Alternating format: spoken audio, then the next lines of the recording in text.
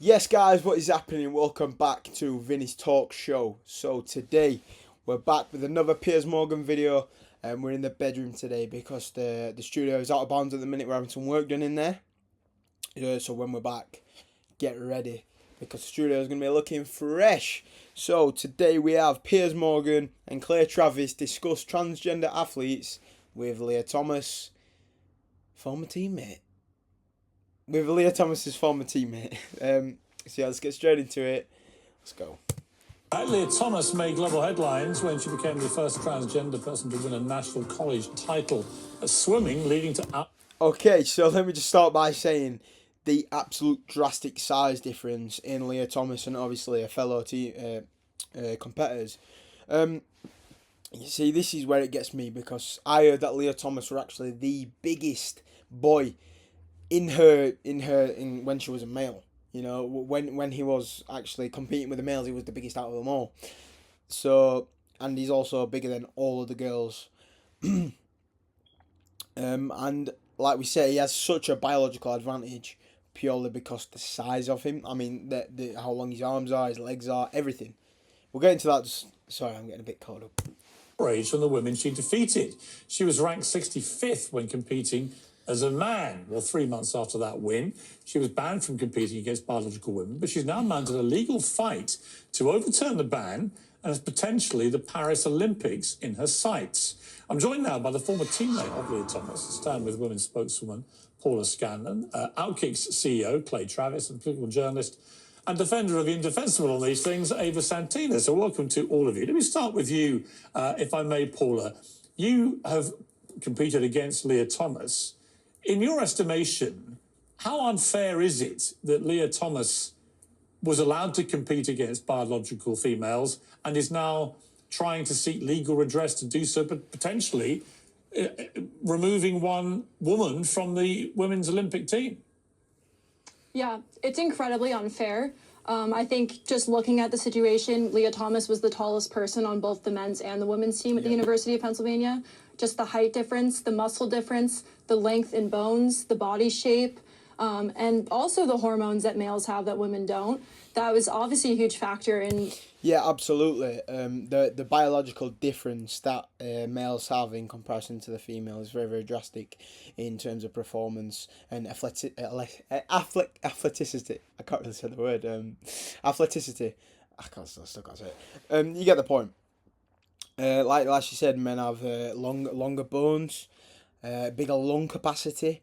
Like she says, she's just longer, bigger, stronger in general, and you know this is exactly why we have separate sex sports. This is why we separate men and women, because if we did have gender neutral categories where men and women did compete, there wouldn't actually be any women because they wouldn't be able to compete. And this is the whole reason for splitting them apart. Because if we did have an Olympics where both genders competed together for equality, it'd just be men only, unfortunately. Like we said, we saw the USA women's team get beat 8-0 by the under-15 Australia boys. Do you see what I'm trying to get at here? Being much better than the rest of us. To put into perspective, the University of Pennsylvania has never had an NCAA female champion until Leah Thomas came around. And I think that really shows that our program went from hardly ever having anyone qualify for the NCAA championship to having somebody win an event. And you didn't actually compete against her, I think. You competed with her, is that right?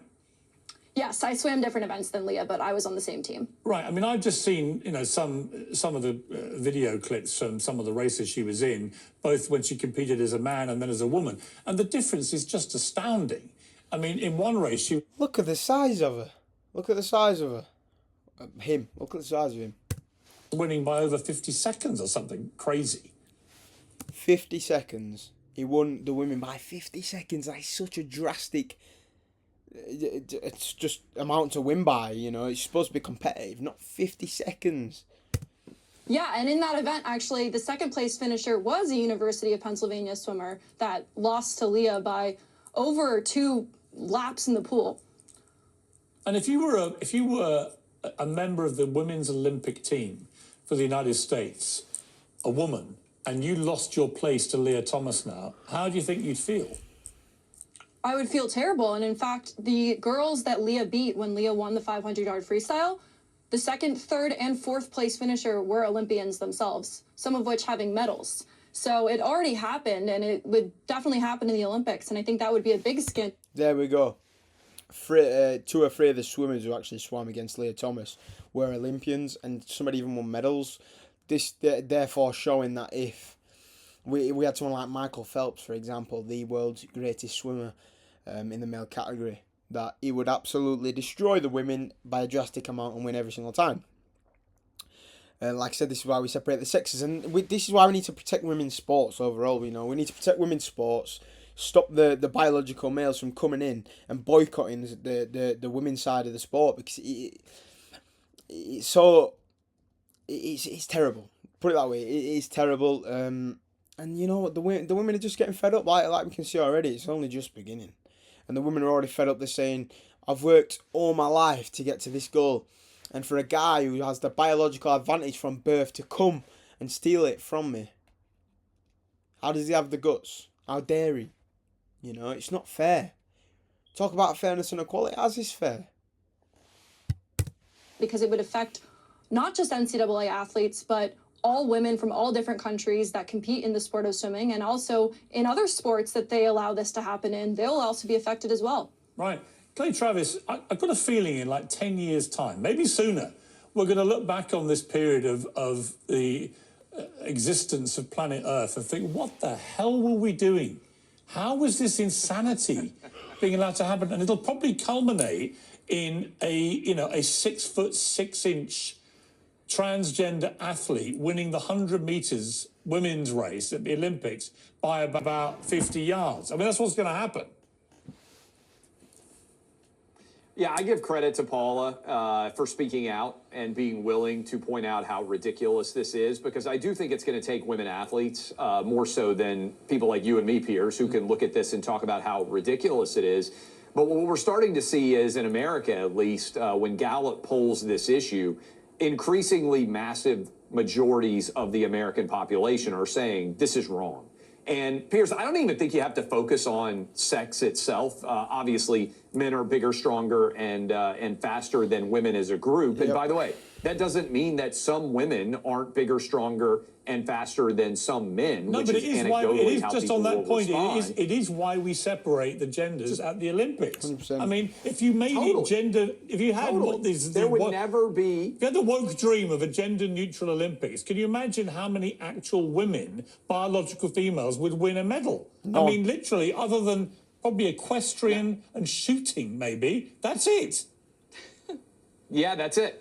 That's it. There would be no women medalists. That's why the... Yeah, 100%. He's got such a good point there. Like I said earlier, no woman would win. Like I said, unless it's equestrian or shooting. Separation occurs. And by the way, Piers, what I focus on is I coach Little League sports. I've got 3 boys. If I showed up for 12-year-old soccer and I had a 16-year-old kid on my team, every parent would say, no, this is unacceptable. You can't do this. Can't do it for baseball, football, basketball. We have all sorts of changes to regulations. You can't be trans age, right? Like, I couldn't suddenly decide that I'm going to be a Little Leaguer. That's why they ask for birth certificates so you can go try to win the Little League World Series, because otherwise people would cheat, you know? And if I suddenly said, I'm coaching, I'm about to head, as soon as I finish this interview, Piers, I'm going to go to 7th grade basketball and watch my 13-year-old son participate. If suddenly one of the coaches came out on the court, 6'4", and said, hey, I'm trans age now. Right. Sure, I'm 33, but I feel 13. Everybody would think it was ridiculous. It's just the very essence of sport itself. Yeah. Okay, Ava, I'm looking at you frowning away here. Explain to me why this isn't just insane. That Leah Thomas, who, as we just heard, was not just the tallest boy in her college when she was competing as a biological male, but obviously the tallest girl as well. How can any of this be fair? I think, okay, so this is a really interesting topic for someone who is gender critical, because on this show before we have discussed puberty blockers and whether children should be allowed access to them when they are 12. Absolutely not. 13 years of age. Now, boys develop when they are 12, 13. The second that they start to have testosterone, that is when they grow bigger, they have a larger muscle mass than women. If you don't want to see trans women competing in women's sports, then you're going to have to allow young children who do not feel, who are experiencing gender dysphoria, to have those drugs when they're younger. No, not at all. These kids shouldn't have to have anything. No puberty blockers. You know, these puberty blockers have a 67% complication rate. They really mess with you, and you know, kids shouldn't even be told that you can change genders, because you can't, for starters. You can't change your gender. Your sex is your gender, and it's that simple. And you know, these young kids who have no idea about life, you know, you're teaching them about these things that they don't even need to know about, that shouldn't even be taught to children. You know, it's absolutely disgusting, the fact that you can give a young kid puberty blockers. It's unnatural, it's not normal, and this woman is one of the wokies. But no, biological men, regardless, should not be playing in women's sports. You are, in my estimation, you do one of two things. It's very straightforward. This whole... Give them their own category, or let them play against the biological sexes. Supposed insolvable problem is very straightforward. Trans women either compete against other trans women in an entirely new category, as there are more and more of them competing, or they compete against their biological sex, because that is the biology they've been born with. Tell me why that's not fair. I don't think it's fair that people who've experienced gender dysphoria when they're growing up and don't feel that they are in the right body should not be allowed to compete in sports. And if you're going to take away their rights... Why don't you care? Look, you go on about women's rights. A lot of the time I agree with you. It's always about the minority rather than the majority. You know, the majority of women are struggling, you know, to even get this first spot because there's a biological man who feels like he's a woman. You know, you're dismissing the women who have worked all their lives to get to this point. For a biological male to come along and, you know, just steal their limelight. Really, it's incredible what goes on nowadays. Really, I want women to enjoy utter fairness and equality. I think this is fair. How can you possibly sign up? I think this is fair. Okay, darling. That is so grotesquely unfair and unequal because to women's rights. Because Leah Thomas didn't wake up one morning and suddenly decide, I'm going to be able to win in the women's category, so I'm going to... That's exactly what she Yes, she did. 100%. No, that's not what happened. Can't beat the guys. All right, I'll go and beat the women. Leah Thomas, she's a woman, and so she is competing as a woman. She's a trans woman. She is a woman. She's a trans woman. We can go back and forth on She's this. a trans woman born with a biological male body, which gives her an immediate massive advantage over women who weren't. So why aren't other members of her team happy that they're finally winning and qualifying for all of the things that they never qualified for because before? they can all see that it's unfair. Is there not a little bit of jealousy? No, it's just they know that at some stage Leah Thomas is going to probably win the Olympic. And no, that just proves that her being on the women's side is very unfair to the other teams. You know, they might be happy being in a bit of glory, but it's not fair. Overall, it's just not fair. Leah Thomas, he should not be in the women's category. He has also been denied in the Olympics, which is amazing news for the women. Medal. Oh no, that would be awful for America. That would be terrible. Here's why it's terrible.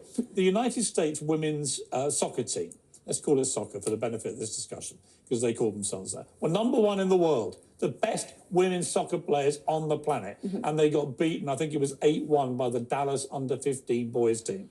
Right? That is the under-15 point. boys. 8-9-0. Wow, what does this tell you? Everything you need to know. Is that it wasn't that the women's team weren't great as a woman's team at soccer. It's that put them against a bunch of kids who are male, with male physiology, they got hammered. Okay. That's why we separate the sexes. So what do we say about trans women then? Do we just say they're not allowed to play sport ever? I just told you. Give them their own category. We do. No, because... They compete against their biological sex, which is perfectly reasonable and fair. That's not reasonable. It's perfectly reasonable. By the way, solves the problem of the dressing room too and who gets naked with who. Let's talk about all of those teenage years where they would have been seeking medical treatment and they weren't allowed access to it. Now, that's happening in the UK, and it's happening very much so in the US. People are being denied medical treatment when they would like to have it. All right. Now, when they get to a age, you don't let them play sports. You and I are going to come back to this when someone like Leah Thomas wins an Olympic gold, depriving a woman of winning Olympic gold. She is a woman. And you're going to finally say, Piers, you were right all along. There we have it, Piers Morgan and my reaction to this crazy woman saying that biological men should be competing in women's sports, which is utter crap. Vinny's Talk Show, thank you guys very much if you made it to the end of this video. I'll see you next time. Peace.